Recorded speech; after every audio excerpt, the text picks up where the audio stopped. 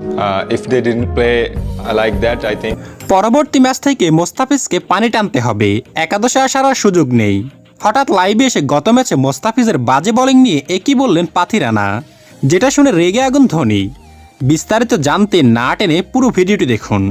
দর্শক, এবারের আসরে লঙ্কান তারকা মাতিসা পাথি রানার ইনজুরির কারণে চেন্নাইয়ের শুরুর একাদশে জায়গা পেয়েছিল টাইগার পেসার মোস্তাফিজুর রহমান, কিন্তু ইনজুরি কাটিয়ে আবারও পাথি রানার দলে ফেরায় মোস্তাফিজের গুরুত্ব কমতে থাকে চেন্নাইয়ের টিম ম্যানেজমেন্টের কাছ থেকে।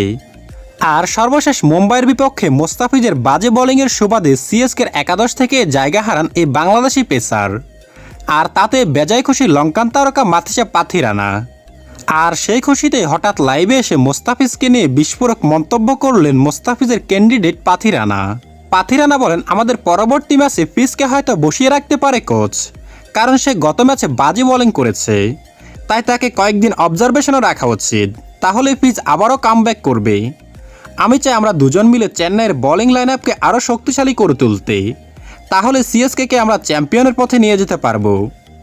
তো দর্শক, আপনি কি চান মোস্তাফিজ আবারও কামব্যাক করুক? তাহলে কমেন্ট করে জানিয়ে দিন এখনই।